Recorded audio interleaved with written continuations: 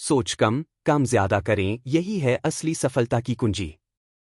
इस वीडियो में हम पीटर हॉलिन्स की प्रसिद्ध पुस्तक थिंक लेस डू मोर का हिंदी में पूरा सारांश जानेंगे। यह किताब बताती है कि सफलता केवल सोचने से नहीं, बल्कि निरंतर एक्शन लेने से मिलती है। इस वीडियो में जानिए ओवरथिंकिंग से बाहर कैसे निकलें, एक्शन माइंडसेट कैसे विकसित करें, जीटीडी और माइक्रोटास्किंग तकनीक, मैसिव एक्शन और समय प्रबंधन के राज, अपने लक्ष्य तक कैसे पहुंचें छोटे कदमों से। वीडियो को अंत तक जरूर देखें, यह आपकी सोच को पूरी तरह बदल देगा। पसंद आए तो लाइक करें, शेयर करें और सब्सक्राइब करना न भूलें। पुस्तक परिचय, book introduction, think less do more, create an action bias, stop overthinking and learn how to actually change your life. कम सोचें, अधिक करें, एक क्रिया पूर्वाग्रह बनाएं, अधिक सोचना बंद करें और जानें कि वास्तव में अपना जीवन कैसे बदलें। लेखक पीटर हॉलिन्स। क्या आप बार बार सोचते हैं लेकिन कोई कदम नहीं उठा पाते? क्या आप चाहते हैं कि आपकी जिंदगी बदले, लेकिन असमंजस और आलस्य के कारण ठहर सी गई है? थिंक लेस डू मोर एक ऐसी किताब है जो इस मानसिक जाल से बाहर निकलने का व्यावहारिक रास्ता दिखाती है। प्रेरणा एक्शन से आती है, न कि सोचने से।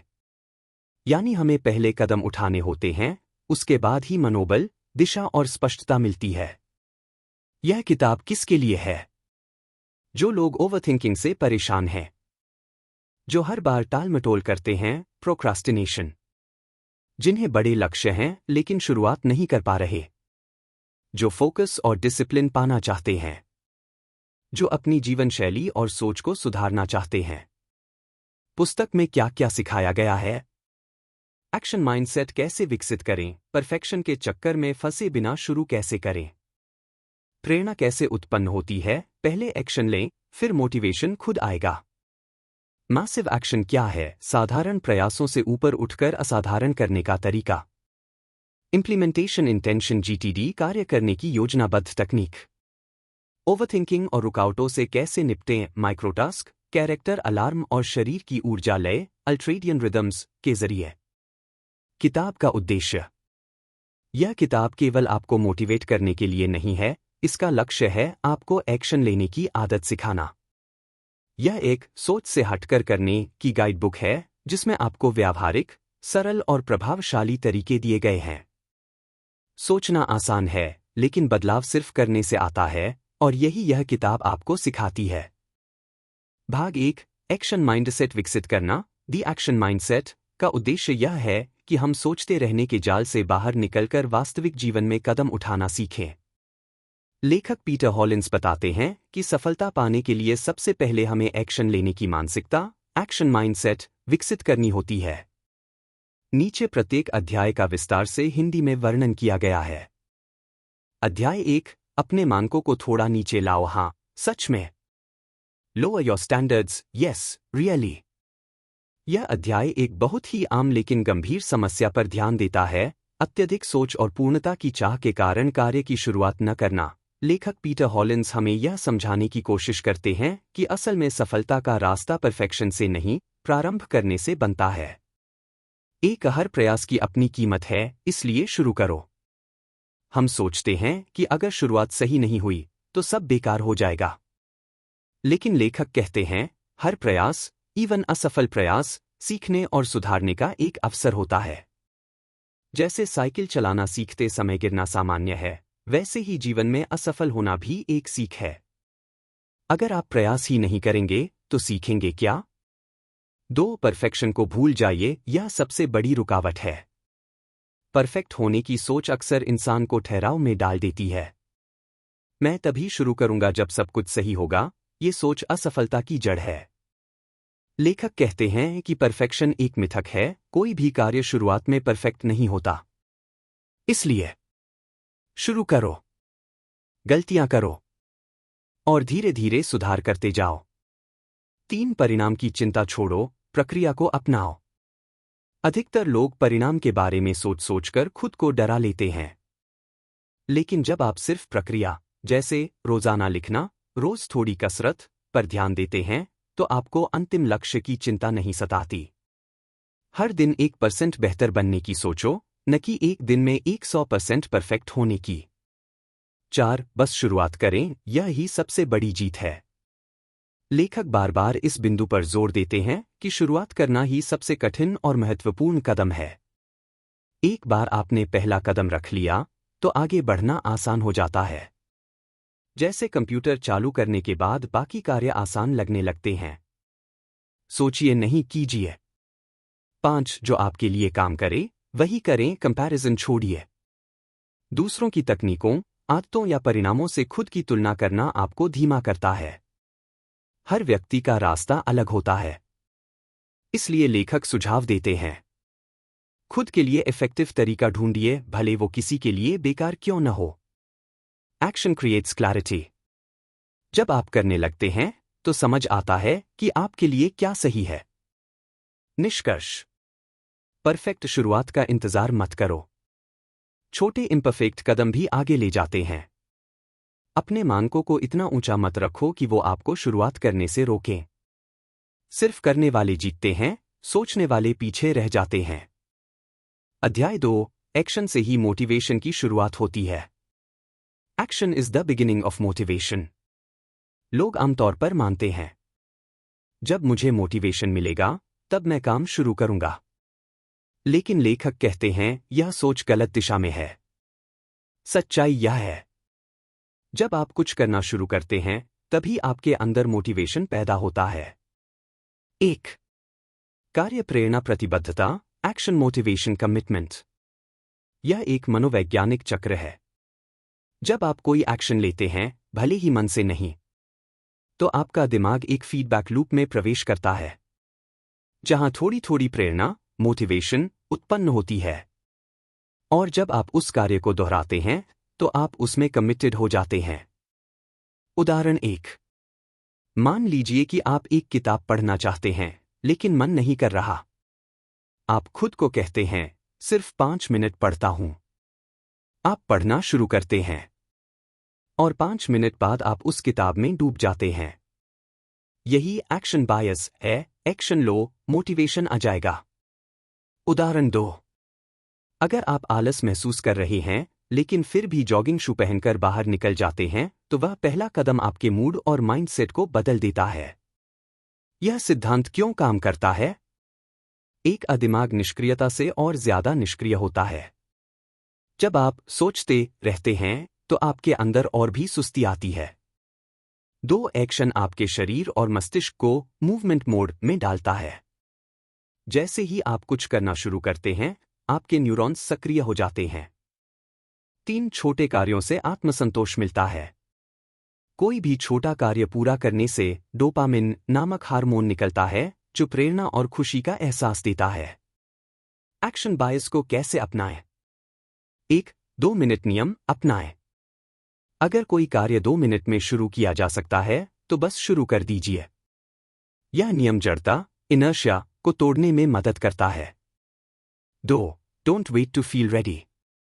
तैयार महसूस करने का इंतजार मत करिए, काम करते हुए ही आपका मन तैयार होता है। 3. मूड के बजाय मूवमेंट पर भरोसा करें। अगर आपका मूड खराब है, तो अपने शरीर को चलाइए, वह मूड को बदल देगा। उदाहरण: एक्शन से प्रेरणा कैसे आती है? स्थिति सोचते रहने वाला व्यक्ति, एक्शन लेने वाला व्यक्ति। सुबह जल्दी उठना, मुझे नींद आ रही है, उठने का मन नहीं हो रहा, मैं अलार्म पर उठ गया, चलो ब्रश कर लेता हूं। काम शुरू करना, मन नहीं है, शायद कल करूंगा, मैं सिर्फ 5 मिनट बैठकर शुरुआत करता हूं। एक्सरसाइज, आज बहुत थका हुआ हूं, मैं बस वॉक के लिए बाहर जाता हूं, फिर देखा जाएगा। निष्कर्ष: प्रेरणा का इंतजार मत कीजिए। आप जितनी देर सोचते हैं, उतनी देर सुस्ती बढ़ती है। छोटे छोटे कदम एक्शन की शुरुआत करते हैं। शुरुआत ही सबसे बड़ा मोटिवेशन है। इस भाग से सीखने योग्य प्रमुख बातें: 1. सोचना बंद करिए, करना शुरू करिए। 2. आपका पहला ड्राफ्ट खराब होगा, और यह ठीक है। 3. परफेक्शन से ज्यादा जरूरी है शुरुआत। 4. आप जितना करते हैं, उतना ही सीखते हैं और प्रेरित होते हैं। 5. प्रेरणा की प्रतीक्षा करने के बजाय उसे कार्य से उत्पन्न करें। भाग 2: सफलता के लिए वास्तव में क्या चाहिए? What does success really take? हमें यह सिखाता है कि केवल लक्ष्य बनाना और प्रेरणा की प्रतीक्षा करना काफी नहीं है। असली सफलता के लिए हमें अपने डर, सीमाओं और सोच के स्तर से ऊपर उठकर व्यवहारिक, साहसी और रणनीतिक एक्शन लेना जरूरी है। इस भाग में 3 मुख्य अध्याय हैं जो सफलता के मूलभूत तत्वों पर केंद्रित हैं। अध्याय 3, जोखिम को अपनाना सीखें, गेट कंफर्टेबल विद रिस्क। यह अध्याय हमें सिखाता है कि डर से भागने के बजाय हमें डर को समझकर उसका सामना करना चाहिए, क्योंकि असली विकास वहीं से शुरू होता है जहां डर लगता है। 1. डर लगना बिल्कुल सामान्य है। लेखक बताते हैं कि जब आप कोई नया या बड़ा कदम उठाते हैं, जैसे नई नौकरी, फ्रीलांसिंग शुरू करना, खुद का बिजनेस करना, कोई नया कौशल सीखना, तो डर लगना एक सामान्य मानवीय भावना है। डर इस बात का संकेत नहीं है कि आप गलत रास्ते पर हैं, बल्कि यह दर्शाता है कि आप कुछ ऐसा कर रहे हैं जो आपके कंफर्ट जोन से बाहर है। डर का अर्थ विकास की संभावना। जहां डर है, वहीं से बदलाव और असली ग्रोथ शुरू होती है। 2. डर को नकारे नहीं, उसे समझें। पीटर हॉलिन्स हमें यह समझाते हैं कि डर कोई दुश्मन नहीं, बल्कि एक संकेतक, इंडिकेटर है। यदि आप डर को असफलता का संकेत मानेंगे, तो आप कभी भी अपने सपनों को साकार नहीं कर पाएंगे। डर को देखकर ठहरिए नहीं, बल्कि यह सोचिए इस डर के पार क्या संभावनाएं हैं। 3. स्मार्ट रिस्क लेना सीखें, अंधाधुंध नहीं। सिर्फ जोखिम लेना ही काफी नहीं है, बल्कि सोच समझकर जोखिम लेना जरूरी है। गणनात्मक, कैलकुलेटेड रिस्क क्या होता है? आप पहले रिस्क को समझते हैं, उसके नफे नुकसान का आकलन करते हैं, और फिर छोटे कदमों से शुरुआत करते हैं। उदाहरण, अगर आप फुल टाइम नौकरी छोड़कर फ्रीलांसिंग करना चाहते हैं, पहले शाम या वीकेंड में क्लाइंट लें, थोड़ा अनुभव और बचत इकट्ठा करें, फिर फुल टाइम फ्रीलांसर बने। इस तरह यह एक रणनीतिक, स्ट्रैटेजिक जोखिम बन जाता है, न कि अंधाधुंध कदम। 4. हर रिस्क में सीख छिपी होती है। लेखक कहते हैं कि चाहे जोखिम सफल हो या असफल, दोनों स्थितियों में आप कुछ सीखते हैं। अगर सफल हुआ तो आप आगे बढ़ते हैं, अगर असफल हुए तो आपको अनुभव और समझ मिलती है, और यही अनुभव अगली बार आपको बेहतर निर्णय लेने में मदद करता है। 5. छोटे छोटे रिस्क लेकर खुद को तैयार करें। रिस्क लेने की आदत अचानक नहीं बनती। इसके लिए जरूरी है कि आप छोटे स्तर पर निर्णय लेना और थोड़ा असहज होना सीखें। जैसे किसी मीटिंग में पहली बार बोलना, किसी नए प्रोजेक्ट में हाँ कहना, एक दिन में 15 मिनट नए कौशल को देना। जब आप बार बार ऐसा करते हैं, तो धीरे धीरे आपका रिस्क लेने का मसल मजबूत हो जाता है। रिस्क लेना कमजोरी नहीं, ताकत है। डर को देखकर रुकना नहीं, उसके पार जाना सीखो। ग्रोथ हमेशा कंफर्ट जोन से बाहर होती है। निष्कर्ष, डर का मतलब बदलाव और ग्रोथ का संकेत। रिस्क लेना समझदारी से, प्लान के साथ। क्या करें? छोटे कदमों से शुरुआत, रिस्क को तौलें। क्या न करें? बिना सोचे समझे छलांग मत लगाइए। डर को खत्म मत करो, उसे अपना मार्गदर्शक बनाओ। अध्याय 4, एक्शन के 4 स्तरों को समझें, understanding the 4 levels of action. यह अध्याय सफलता की असली कुंजी को खोलता है, एक्शन के प्रकार। लेखक कहते हैं, हम क्या सोचते हैं, उससे ज्यादा जरूरी यह है कि हम क्या करते हैं और कितनी बार करते हैं। हर इंसान एक काम को करने के 4 अलग अलग एक्शन लेवल्स में से किसी एक पर होता है। आइए इन चारों स्तरों को विस्तार से समझें। 1. नो एक्शन, कोई एक्शन नहीं लेना। मैं कल शुरू करूंगा, अभी समय सही नहीं है, और सोचने की जरूरत है। यह वो स्थिति होती है जहां व्यक्ति सिर्फ सोचता है, प्लान बनाता है, जानकारी इकट्ठा करता है, लेकिन कोई ठोस कदम नहीं उठाता। यह स्तर सबसे खतरनाक होता है, क्योंकि इससे आत्मविश्वास गिरता है, समय बर्बाद होता है, जीवन में कोई बदलाव नहीं आता। इसे ओवरथिंकिंग ट्रैप भी कहा जा सकता है। 2. रिट्रीट, पीछे हट जाना। यह वह स्थिति है जब आपने शुरुआत की लेकिन कोई मुश्किल आई, आलोचना हुई या परिणाम नहीं मिला, तो आप डर कर पीछे हट जाते हैं। यह व्यक्ति कहता है, शायद यह मेरे बस का नहीं है, मैंने कोशिश की थी लेकिन सच्चाई यह है कि असफलता के बाद हार मान लेना एक तरह से सफलता से इनकार करना है। 3. नॉर्मल एक्शन, साधारण एक्शन लेना।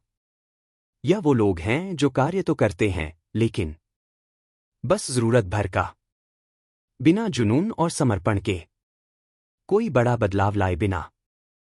ये लोग कहते हैं, मैं कोशिश कर रहा हूं, धीरे धीरे आगे बढ़ रहा हूं, पर सच्चाई ये है कि साधारण प्रयास साधारण परिणाम ही देते हैं।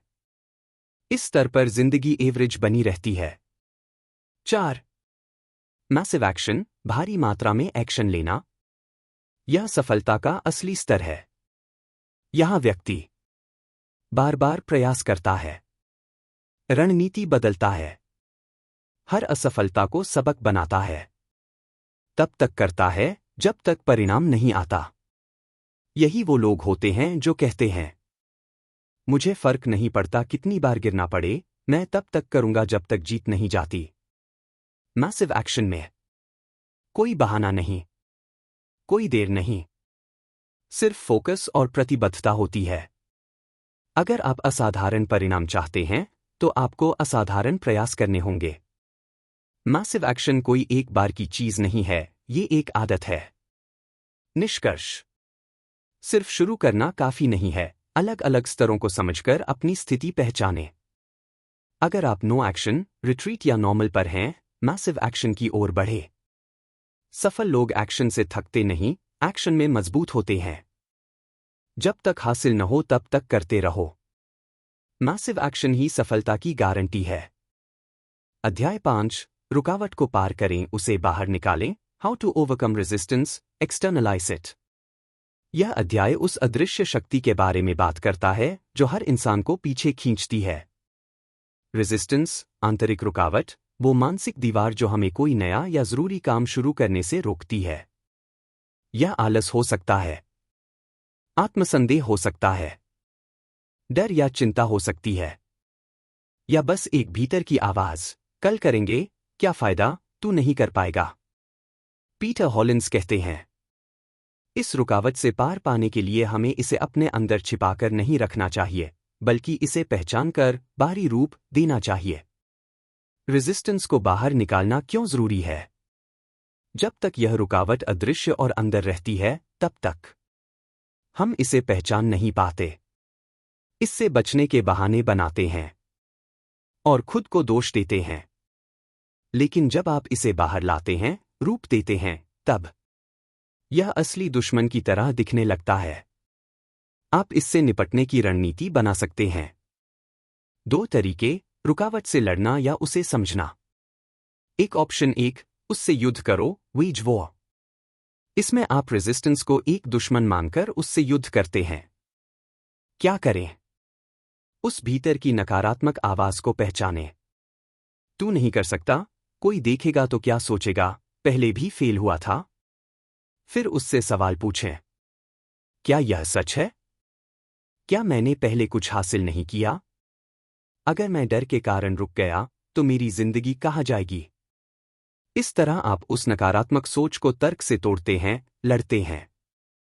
2 ऑप्शन 2, ड्रैगन से दोस्ती करो, बिफ्रेंड द ड्रैगन। यह तरीका थोड़ा आंतरिक समझ और करुणा से भरा है। क्या करें? रेजिस्टेंस को एक ड्रैगन की तरह समझें, वो आपको नुकसान नहीं, सुरक्षा देना चाहता है। जैसे डर मुझे असफलता से बचा रहा है। उससे पूछें, तू मुझे क्या समझाना चाहता है? मैं कैसे इसे स्वीकार कर आगे बढ़ सकता हूं? जब आप डर की भावना और उद्देश्य समझ लेते हैं, तो वो कमजोर पड़ जाता है। अब वो आपको रोकता नहीं, सावधान करता है। उदाहरण, मान लीजिए आपको कोई नया प्रोजेक्ट या यूट्यूब चैनल शुरू करना है, लेकिन रेजिस्टेंस आपको कहता है, क्या फायदा? कोई नहीं देखेगा। अब आप दो तरीके अपना सकते हैं। वेज वॉर, अगर मैंने शुरू ही नहीं किया तो कोई देखेगा कैसे? बिफ्रेंड, मुझे डर है कि लोग मुझे जज करेंगे। ये सामान्य भावना है, लेकिन इसका मतलब ये नहीं कि मैं नहीं कर सकता। हर बार जब आप कुछ नया या बड़ा करने जाते हैं, रेजिस्टेंस जरूर आएगा। यह एक संकेत है कि आप सही दिशा में कदम रख रहे हैं। आपका काम है या तो उससे जंग लड़ना या फिर उसे समझकर उसकी शक्ति कम करना। निष्कर्ष, रुकावट से बचने की नहीं, सामना करने की आदत डालो। रेजिस्टेंस को पहचानो, बाहर लाओ और फिर तोड़ दो या समझो। याद रखो, रेजिस्टेंस संकेत कि आप आगे बढ़ रहे हो। रेजिस्टेंस कोई रुकावट नहीं, वह एक परीक्षा है। क्या तुम वाकई तैयार हो? इस भाग से प्रमुख सीखें। जोखिम का डर, उसे समझें, योजना बनाएं और फिर कदम उठाएं। एक्शन ना ले पाना, मैसिव एक्शन का अभ्यास करें। भीतर की रुकावट, उसे पहचानें और बाहरी रूप दें, लड़े या समझें। एक आर्डर को सफलता की बाधा नहीं, संकेत मानिए कि आप बढ़ रहे हैं। 2, सिर्फ सोचने से कुछ नहीं होगा, लगातार और बड़े स्तर पर प्रयास जरूरी है। 3, भीतर की रुकावट को पहचानना और उस पर काम करना सफलता की चाबी है। भाग 3, हाँ और ना कहना सीखें। लर्निंग टू से यस, लर्निंग टू से नो बेहद व्यावहारिक और जीवन बदलने वाला हिस्सा है। इस भाग का उद्देश्य यह समझाना है कि जीवन में सफलता पाने के लिए सिर्फ यह जरूरी नहीं कि आप क्या करते हैं, बल्कि यह भी बेहद जरूरी है कि आप क्या नहीं करते। इस भाग में 3 महत्वपूर्ण अध्याय हैं। अध्याय 6, सफलता की संभावना दोगुनी करने की एक ट्रिक, कार्यान्वयन का इरादा। 1 trick to double your chance of success, implementation intention। यह अध्याय एक बेहद व्यवहारिक और वैज्ञानिक तकनीक सिखाता है जिससे हम टालमटोल, आलस और आत्मसंदेह को मात देकर सही समय पर सही निर्णय ले सकते हैं। इसका नाम है इम्प्लीमेंटेशन इंटेंशन, यानी अगर यह स्थिति आए तो मैं यह करूंगा। क्या है इम्प्लीमेंटेशन इंटेंशन? यह एक सरल लेकिन प्रभावी मानसिक योजना है जिसमें हम पहले से तय कर लेते हैं कि किस परिस्थिति में क्या करना है। साधारण भाषा में, जब X होगा तो मैं Y करूंगा। उदाहरण, अगर मैं सुबह उठते ही फोन देखने का मन बनाए तो मैं पहले बिस्तर पर 5 मिनट ध्यान करूंगा।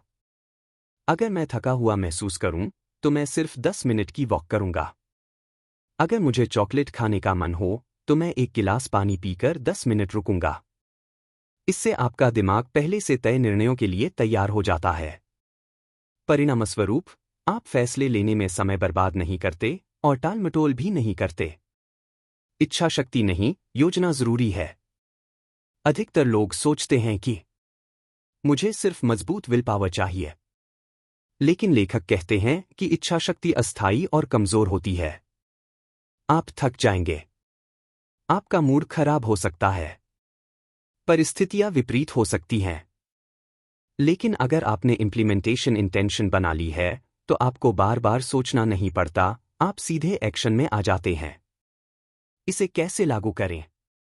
स्टेप 1, ट्रिगर की पहचान करें। पहले यह समझिए कि कौन सी स्थिति आपको टालने पर मजबूर करती है, ध्यान भटकाती है, गलत निर्णय लेने पर उकसाती है। जैसे आलस, थकावट, सोशल मीडिया का आकर्षण, भूख, गुस्सा। स्टेप 2, अगर तो योजना बनाएं।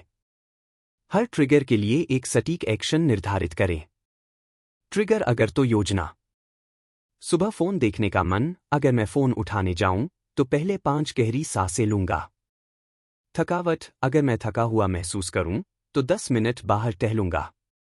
नकारात्मक सोच, अगर मैं खुद को निराश पाऊं तो मैं एक सकारात्मक लाइन लिखूंगा। स्टेप 3, दोहराएं और अभ्यास करें। हर बार जब वह ट्रिगर स्थिति सामने आए, अपनी बनाई रणनीति को सक्रिय रूप से लागू करें। जैसे जैसे आप इसे बार बार दोहराते हैं, यह एक आदत बन जाती है। क्यों काम करती है ये तकनीक? दिमाग की उलझन कम हो जाती है, निर्णय लेने में समय नहीं लगता, संघर्ष और टालमटोल घट जाता है, आप ज्यादा कंसिस्टेंट और प्रोडक्टिव बनते हैं। यह एक मानसिक शॉर्टकट है जो हमें फोकस और एक्शन की ओर ले जाता है। निष्कर्ष। तकनीक इम्प्लीमेंटेशन इंटेंशन, अगर एक्स तो वाई। जरूरत इच्छा शक्ति नहीं, पूर्व योजना। प्रक्रिया ट्रिगर पहचाने अगर तो योजना बनाएं, बार बार दोहराएं। परिणाम कम टालमटोल, बेहतर निर्णय, अधिक एक्शन। योजना के बिना इच्छा शक्ति कमजोर हवा जैसी होती है, लेकिन इम्प्लीमेंटेशन इंटेंशन ठोस दिशा देता है। अध्याय 7। एक ना करने वाली सूची बनाएं, make a not to do list. हम आमतौर पर टू डू लिस्ट बनाते हैं, यानी क्या करना है। लेकिन लेखक पीटर हॉलिन्स इस अध्याय में एक गहरा और असरदार विचार देते हैं। सिर्फ यह तय करना काफी नहीं कि आपको क्या करना है, आपको यह भी स्पष्ट करना होगा कि क्या नहीं करना है। यही होती है नॉट टू डू लिस्ट। यह सूची आपको भटकाव, व्यर्थ कार्यों और मानसिक थकान से बचाती है। 1। करने से ज्यादा जरूरी है क्या नहीं करना। हम दिन भर कई ऐसे कामों में उलझे रहते हैं जो जरूरी नहीं होते, लेकिन हमारी ऊर्जा और ध्यान खा जाते हैं। ये काम टू डू लिस्ट से बाहर होते हैं, लेकिन अनजाने में प्रायोरिटी बन जाते हैं। उदाहरण: हर 10 मिनट में नोटिफिकेशन चेक करना, बिना उद्देश्य के सोशल मीडिया स्क्रॉल करना, हर मीटिंग में हाँ बोल देना, बेवजह मेल्स पढ़ना, दूसरों की प्राथमिकताओं को खुद पर थोप लेना। यही सब आपकी नॉट टू डू लिस्ट में आना चाहिए। 2। ना कहना सफलता का हिस्सा है। पीटर हॉलिन्स कहते हैं, हर बार जब आप किसी गैर जरूरी चीज को हाँ कहते हैं, आप किसी जरूरी चीज को ना कह रहे होते हैं।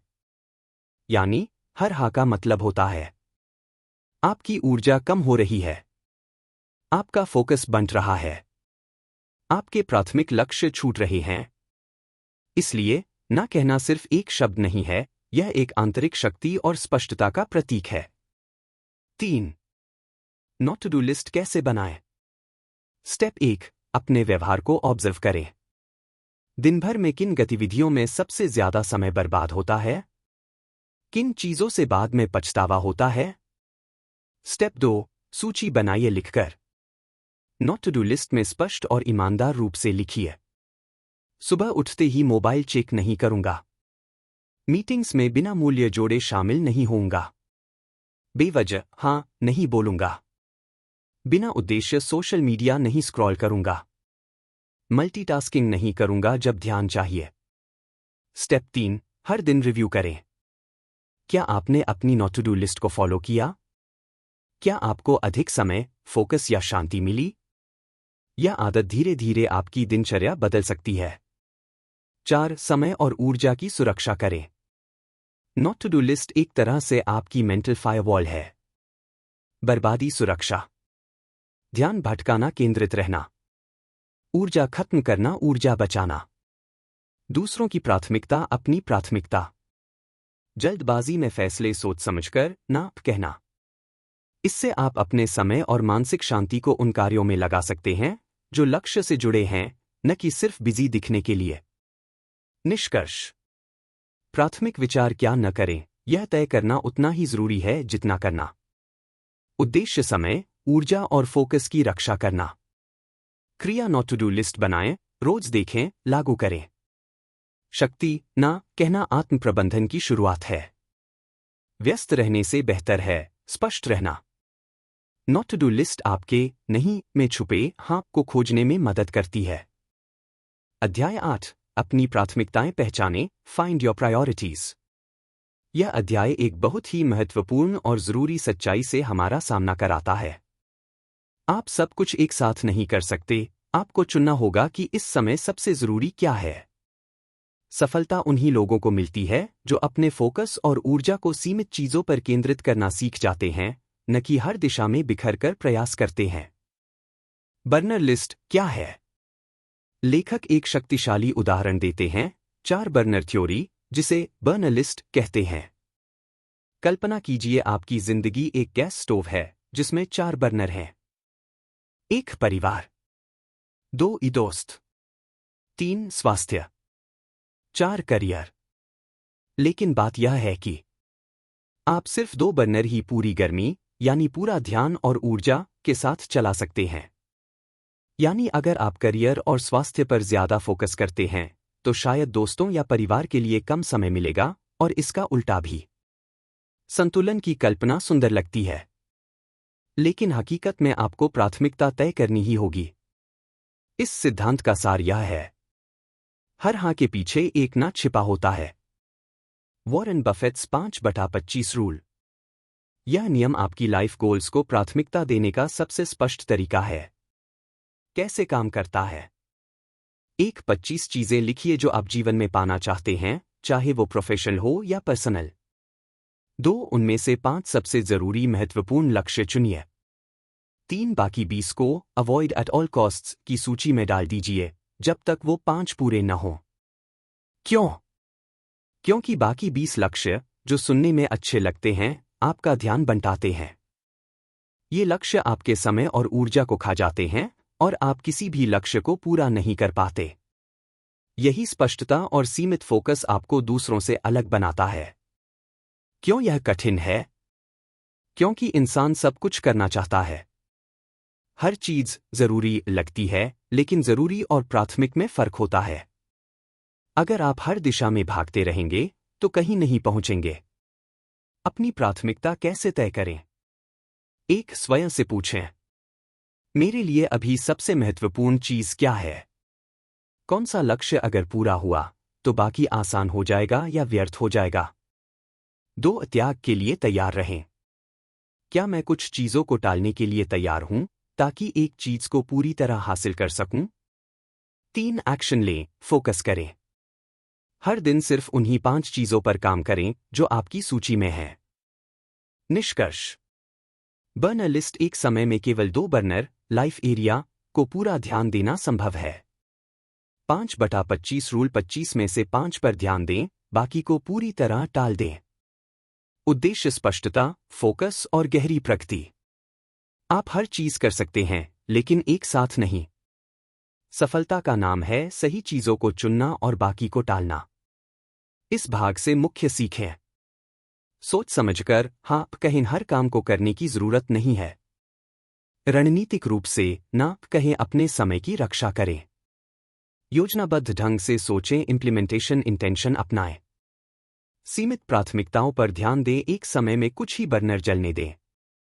हर हाँ जो आप दूसरों को कहते हैं वह शायद आपके खुद के सपनों के लिए ना है। उत्कृष्टता पाने के लिए आपको सीमाएं तय करनी होंगी। सिर्फ व्यस्त रहने से सफलता नहीं मिलती, सही दिशा में काम करने से मिलती है। भाग 4, व्यवस्थित होना सीखें। गेटिंग ऑर्गेनाइज्ड उन लोगों के लिए बेहद उपयोगी है जो बार बार सोचते हैं, मैं बहुत कुछ करना चाहता हूं, लेकिन मुझे समझ नहीं आता कि कहां से शुरू करूं। लेखक बताते हैं कि केवल मेहनत ही काफी नहीं होती, बल्कि व्यवस्थित ढंग से काम करना यानी स्मार्ट वर्क आपको स्पष्टता, नियंत्रण और प्रगति की भावना देता है। इस भाग में 2 अध्याय हैं। अध्याय 9, निर्णय लेने को सरल बनाएं, सुपरस्ट्रक्चर पद्धति। Simplify your decision making with a superstructure method. यह अध्याय हमें सिखाता है कि अगर आप अपने दिन या सप्ताह की योजनाओं में बार बार क्या करूं, क्या पहले करूं, कब करूं जैसी उलझनों में फंसते हैं, तो आपको सुपरस्ट्रक्चर पद्धति का उपयोग करना चाहिए।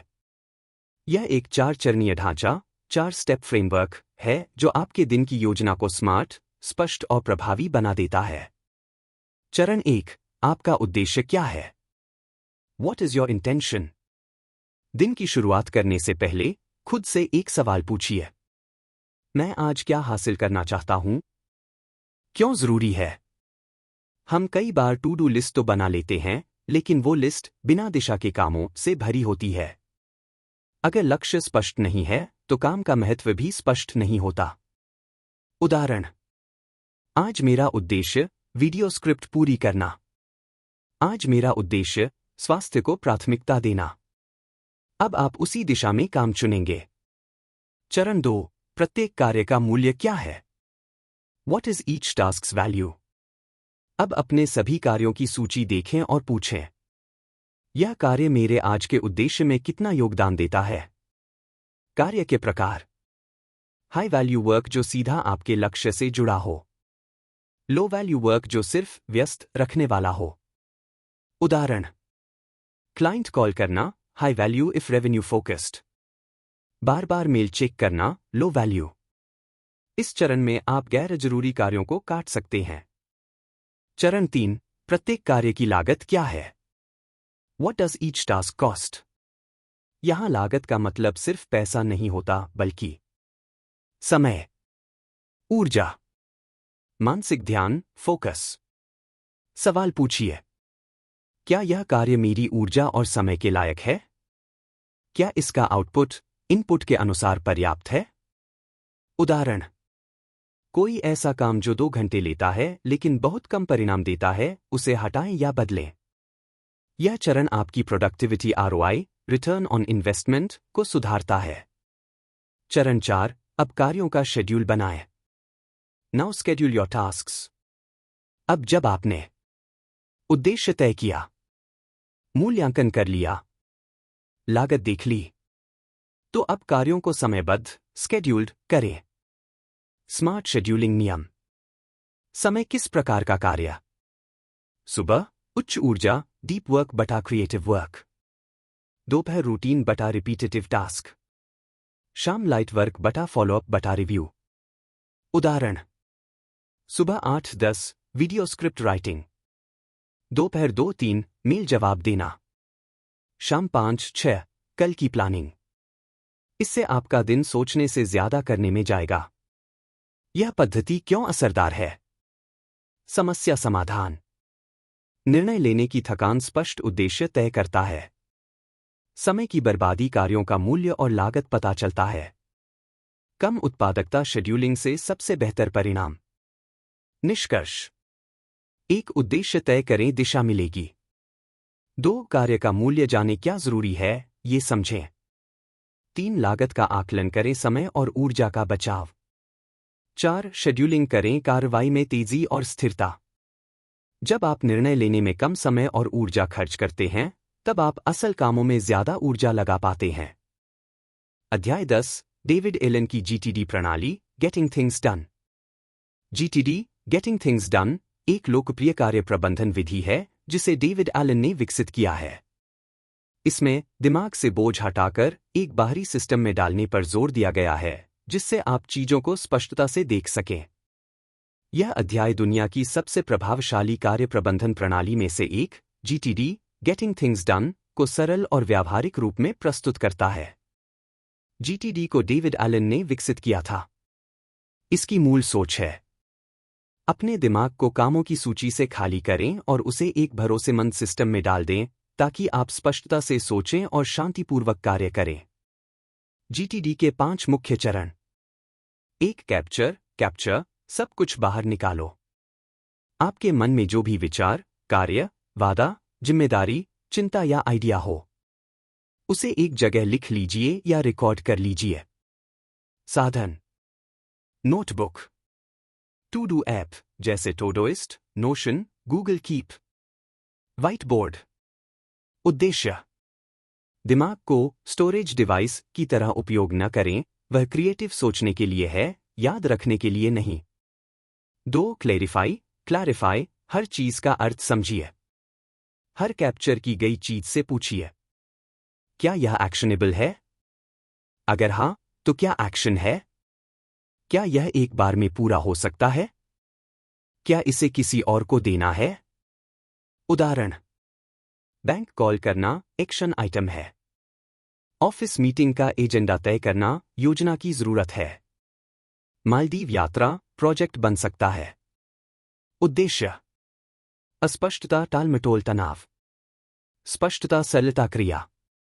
3. ऑर्गेनाइज, हर चीज को जगह दो। हर कार्य को इस आधार पर विभाजित करें। कार्य का प्रकार, उदाहरण: तत्काल कार्य, मेल भेजना, कॉल करना। भविष्य का कार्य, अगले सप्ताह की तैयारी। प्रोजेक्ट्स, वेबसाइट लॉन्च, नई वीडियो सीरीज। सौंपे जाने वाले कार्य, टीम मीटिंग, किसी और को देना।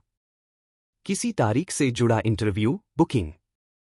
उपयोग करें: calendar, project tracker, daily action list. उद्देश्य: हर कार्य अपनी सही बकेट में हो, ताकि जरूरत के वक्त ढूंढना आसान हो। 4. रिव्यू नियमित समीक्षा करें। सप्ताह में एक बार या रोज 10-15 मिनट अपनी लिस्ट की समीक्षा करें। कौन से कार्य पूरे हो चुके हैं? कौन से कार्य अब जरूरी हो गए हैं? क्या कोई नई चीज जुड़ी है? यह चरण आपकी जीटीडी प्रणाली को जिंदा और ताज़ा बनाए रखता है। उद्देश्य: आउटडेटेड सिस्टम बोझ, अपडेटेड सिस्टम स्पष्टता। 5.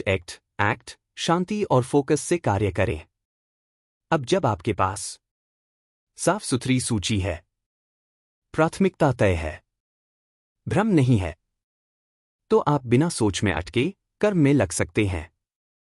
एक्शन लिस्ट का उदाहरण: कार्य प्रकृति, समय, जिम्मेदारी। क्लाइंट को रिपोर्ट भेजना तत्काल सुबह स्वयं।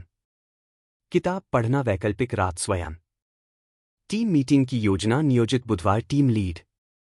उद्देश्य: निर्णय में समय बर्बाद नहीं, काम में ऊर्जा लगाना। जीटीडी सिस्टम का मूल उद्देश्य: लाभ विवरण, मानसिक स्पष्टता, दिमाग में बोझ नहीं रहता। क्रियाशीलता, कोई निर्णय टालना नहीं पड़ता। नियंत्रण की भावना, आप काम को हैंडल कर रहे हैं, काम आपको नहीं। तनाव मुक्त कार्य, सब कुछ सामने है, छुपा कुछ नहीं। जीटीडी दिमाग को खाली करता है और एक्शन को शक्ति देता है ताकि आप कम सोचें और ज्यादा करें। इस भाग से मुख्य सीखें: काम का ढेर, कार्यों को प्राथमिकता के अनुसार बांटिए। थकान और निर्णय भ्रम, सुपरस्ट्रक्चर व जीटीडी अपनाइए। फोकस की कमी, सुबह में सबसे मूल्यवान कार्य करें। याद रखने योग्य बातें: सोचना और करना, इन दोनों के बीच एकमात्र पुल है संगठन, ऑर्गेनाइजेशन। आपके दिमाग को विचार रखने के लिए नहीं, सोचने के लिए उपयोग करें। हर दिन को दिशा दीजिए, वरना दिन आपको अपने हिसाब से चलाएगा। भाग 5: रुकावटों को पार करना, ओवरकम द रोड ब्लॉक्स। पाठकों को यह सिखाने के लिए है कि जब आप कोई काम करना चाहते हैं या बदलाव लाना चाहते हैं, तो आपके रास्ते में कौन कौन सी आंतरिक और बाहरी रुकावटें आती हैं और आप उन्हें कैसे व्यवस्थित रूप से हरा सकते हैं। यह भाग हमें आलस्य, भ्रम, थकान और आदतों से बाहर निकलने की व्यावहारिक रणनीतियां देता है ताकि हम सोचने से ज्यादा करने पर ध्यान दे सकें। अध्याय 11: कैरेक्टर अलार्म्स विधि का उपयोग करें। How to use the character alarms method. यह अध्याय एक गहरी मनोवैज्ञानिक रणनीति सिखाता है जो न सिर्फ आपकी आदतों को बदल सकती है बल्कि आपके भीतर चरित्र निर्माण की प्रक्रिया को भी मजबूत करती है। अगर मैं वह व्यक्ति होता जो मैं बनना चाहता हूं, तो मैं अभी क्या करता? यही है कैरेक्टर अलार्म, एक आंतरिक चेतावनी संकेत जो आपको वर्तमान क्षण में सही दिशा में खींचता है। क्या है कैरेक्टर अलार्म्स विधि? यह एक आत्मजागरूकता आधारित तकनीक है जो आपके आदर्श स्वरूप, आइडियल सेल्फ, को एक्टिव करती है।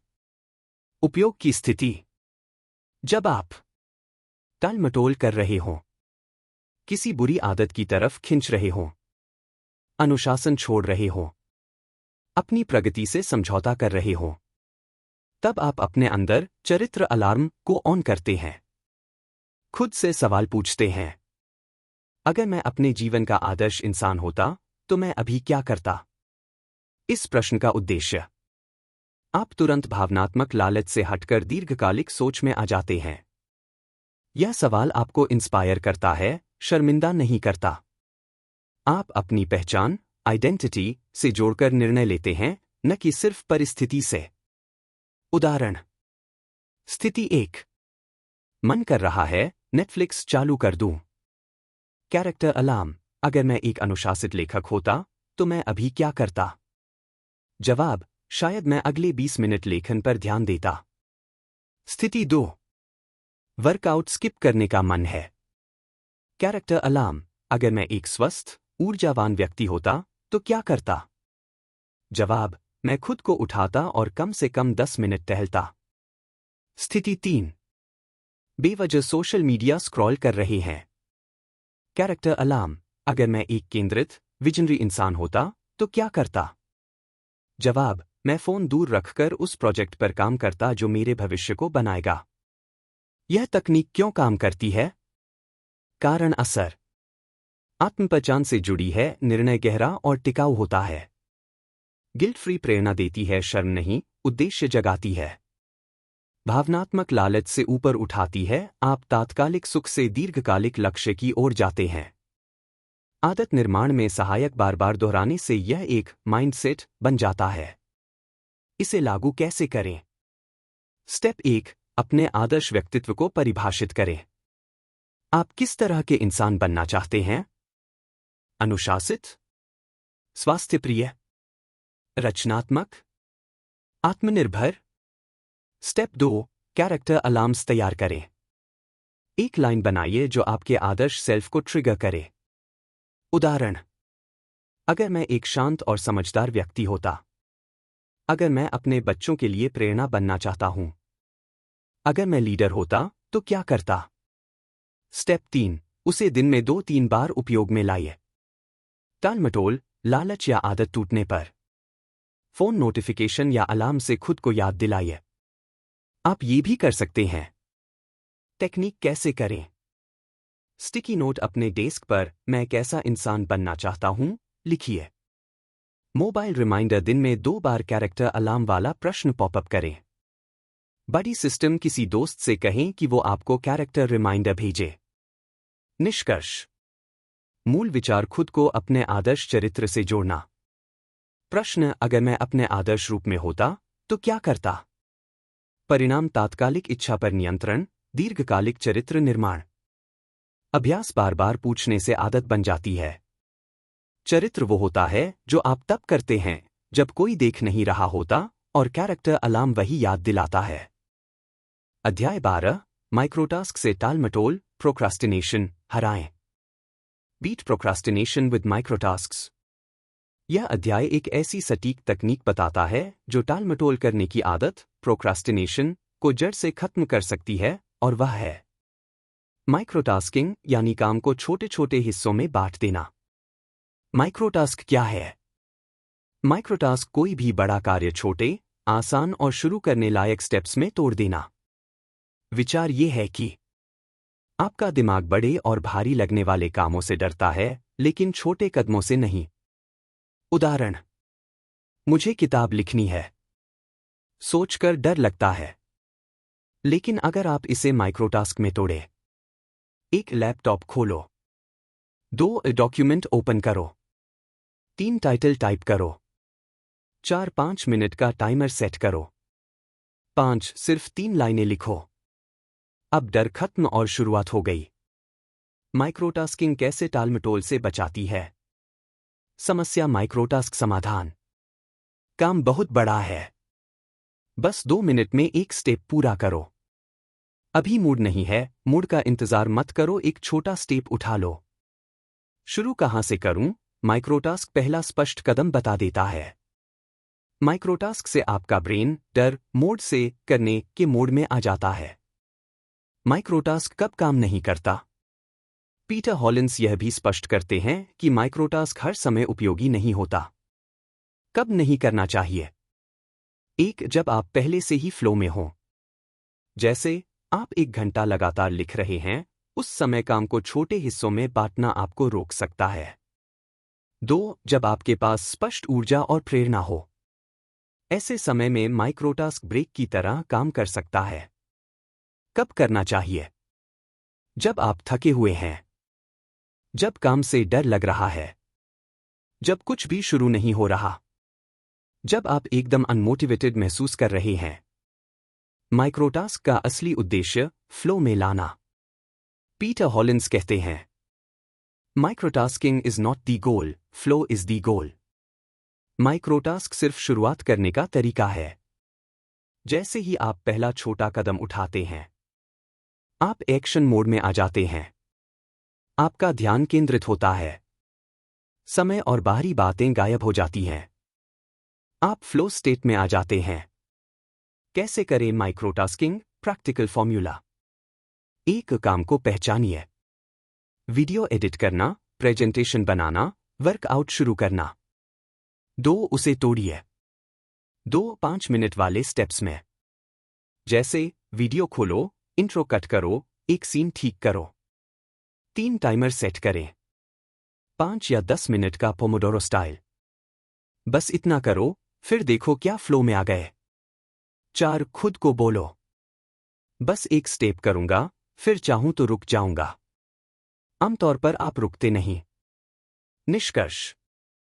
माइक्रोटास्क क्या है? बड़े कार्य को छोटे, आसान हिस्सों में बांटना। उद्देश्य शुरुआत को आसान बनाना और टालमटोल हटाना। कब करें? जब आप फंसे हुए हों या थकान हो। लक्ष्य फ्लो स्टेट में पहुंचना।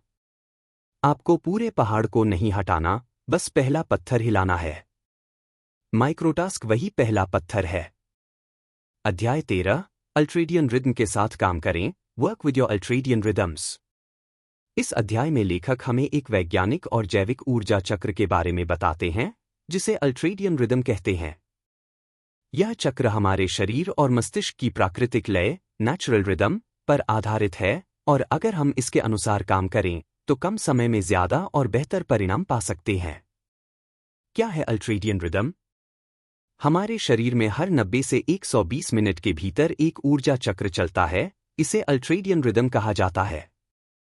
इसका मतलब, एक 90 मिनट तक आपकी ऊर्जा और ध्यान चरम पर रहते हैं, आप गहराई से फोकस कर सकते हैं। 2. इसके बाद शरीर स्वाभाविक रूप से थकने लगता है और उसे 15-20 मिनट का ब्रेक चाहिए होता है। अगर आप इस ब्रेक को नजरअंदाज करते हैं तो ध्यान भटकने लगता है, कार्य की गुणवत्ता गिरती है, मानसिक थकान और स्ट्रेस बढ़ता है। इसे नजरअंदाज क्यों नहीं कर सकते? पीटर हॉलिंस कहते हैं, आप थोड़ी देर के लिए अल्ट्रेडियन रिदम को अनदेखा कर सकते हैं, लेकिन अंततः शरीर आपको रोक ही देगा, थकान, चिड़चिड़ापन और गलती के रूप में। यानी कैफीन, मोबाइल या विल पावर से आप खुद को कुछ देर तक धक्का दे सकते हैं, लेकिन यह टिकाऊ नहीं होता। असली स्मार्टनेस ये है कि आप अपनी ऊर्जा लय के अनुसार काम करें, न कि उसके खिलाफ। क्या करें अगर ऑफिस शेड्यूल टाइट है? Practical solutions. स्थिति समाधान। लगातार 3-4 घंटे की मीटिंग, बीच में 2-5 मिनट का माइक्रो ब्रेक लें, आंखें बंद करें, गहरी सांस लें। डेस्क जॉब, हर 90 मिनट बाद वाटर ब्रेक, स्ट्रेचिंग, खिड़की के पास चलें। लैपटॉप पर लगातार स्क्रीन 20-20-20 नियम, हर 20 मिनट में 20 सेकंड के लिए 20 फीट दूर देखें। ब्रेक का मतलब फोन देखना नहीं है। ब्रेक मतलब शरीर और मस्तिष्क को रीसेट देना। सबसे जरूरी सिद्धांत, When you work, work. When you rest, rest. यानी जब काम करें तो पूरी ऊर्जा, ध्यान और प्रतिबद्धता से करें। जब ब्रेक लें तो पूरी तरह ब्रेक लें, कोई ईमेल, व्हाट्सएप, इंस्टाग्राम नहीं। ब्रेक लेना एक कमजोरी नहीं, सफलता का विज्ञान है। उदाहरण, अल्ट्रेडियन रिदम आधारित कार्यशैली। समय गतिविधि 9:00-10:30 डीप वर्क, कंटेंट राइटिंग बटा एनालिसिस बटा planning. 10:30-10:50 break, walk plus hydration plus deep breathing. 10:50-12:20 meeting बटा कॉल बटा काम का दूसरा सेशन। 12:20-12:40 ब्रेक। 12:40-2:00 ईमेल्स बटा हल्का कार्य। 2:00-2:30 लंच ब्रेक, बिना फोन। ऐसा करते हुए आप पूरे दिन ऊर्जावान और स्पष्ट सोच के साथ काम कर सकते हैं। अल्ट्रेडियन रिदम को अपनाने के फायदे। लाभ असर। डिसीजन फटीग कम होती है, आप हर समय थके हुए महसूस नहीं करते। फोकस और अटेंशन बढ़ता है क्योंकि आप ब्रेक लेकर दिमाग को रीसेट करते हैं। क्रिएटिविटी में बढ़ोतरी, ब्रेक्स आपके दिमाग को रिलैक्स मोड में डालते हैं, जिससे इनोवेशन आता है। प्रोडक्टिविटी में जंप, क्योंकि आप थके बिना बेहतर परिणाम दे पाते हैं। याद रखें, energy is more important than time.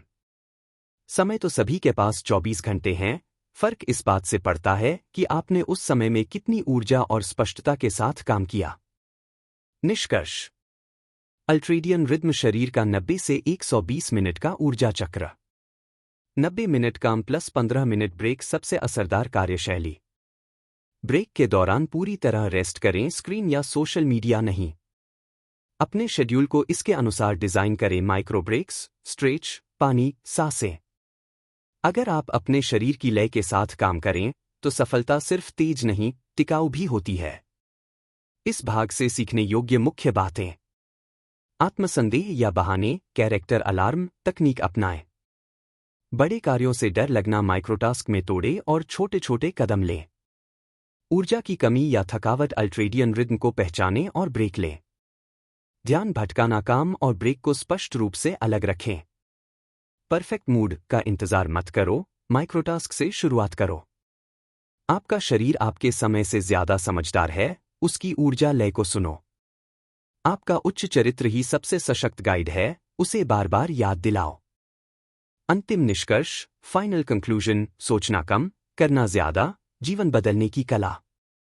Peter हॉलिन्स की पुस्तक थिंक लेस डू मोर हमें यह सिखाती है कि सोचना, योजना बनाना और तैयारी करना अच्छी बातें हैं, लेकिन अगर हम हमेशा सोचते ही रह जाएं और एक्शन न लें, तो जीवन कभी नहीं बदलता। यह किताब एक सीधा संदेश देती है। कार्य ही प्रेरणा लाता है, सोच नहीं। मुख्य बातें जो जीवन को बदल सकती हैं। 1. परफेक्शन की तलाश छोड़े। शुरुआत हमेशा अधूरी होती है। अगर आप परफेक्ट समय या मूड का इंतजार करते रहेंगे, तो शुरुआत ही नहीं होगी। 2. बस शुरुआत कीजिए, चाहे छोटा कदम ही क्यों न हो। एक्शन, मोटिवेशन, कमिटमेंट का चक्र अपनाइए। एक्शन लेने से ही मूड बनता है, मूड से नहीं। 3. जोखिम और डर को स्वीकारें। सफलता की राह में डर आना स्वाभाविक है। स्मार्ट और रणनीतिक जोखिम ही जीवन को आगे ले जाते हैं। 4. मैसिव एक्शन ही असली बदलाव लाता है। थोड़ा थोड़ा करने से थोड़े थोड़े नतीजे ही मिलते हैं। अगर आप बदलना चाहते हैं, तो खुद को पूरी तरह झोंक दीजिए। 5. ना कहना सीखिए, सीमाएं बनाइए। हर हाँ आपकी ऊर्जा का एक हिस्सा ले जाती है। अपनी प्राथमिकताएं स्पष्ट कीजिए और बाकी चीजों को फिल्टर कीजिए। 6. माइक्रोटास्क और सुपरस्ट्रक्चर से खुद को व्यवस्थित करें। बड़े कामों को छोटे हिस्सों में तोड़िए। निर्णय लेने की थकान को दूर करने के लिए शेड्यूल और सिस्टम बनाइए। 7. शरीर और दिमाग की ऊर्जा लय, अल्ट्रेडियन रिदम को समझिए। हर 90 मिनट में ब्रेक लेकर आप ज्यादा फोकस्ड और स्वस्थ रहेंगे। काम के समय में पूरी तरह काम करें, आराम के समय में पूरी तरह आराम। हर दिन थोड़ा थोड़ा एक्शन लीजिए, चाहे इम्परफेक्ट ही क्यों न हो। धीरे धीरे वही छोटे कदम बड़े बदलाव बनते हैं। अंतिम प्रेरक विचार। आपका सपना केवल सोचने से पूरा नहीं होगा। वह तब पूरा होगा जब आप हर दिन, हर पल उस दिशा में कुछ करते रहेंगे। करिए, सीखिए, गिरिए, उठिए, लेकिन रुकिए मत। अगर इस वीडियो में आपने कुछ नया सीखा या खुद को बेहतर महसूस किया, तो एक छोटा सा एक्शन लीजिए। नीचे कमेंट में लिखिए, मैं अब एक्शन लूंगी। आपका ये एक कमेंट आपको एक्शन मोड में डाल देगा। वीडियो को लाइक करें, शेयर करें और ऐसे ही लाइफ चेंजिंग कंटेंट के लिए लाइफ टेक गुरु चैनल को सब्सक्राइब करना न भूलें। और हाँ, अगली वीडियो में मिलते हैं एक नई सोच और नई दिशा के साथ।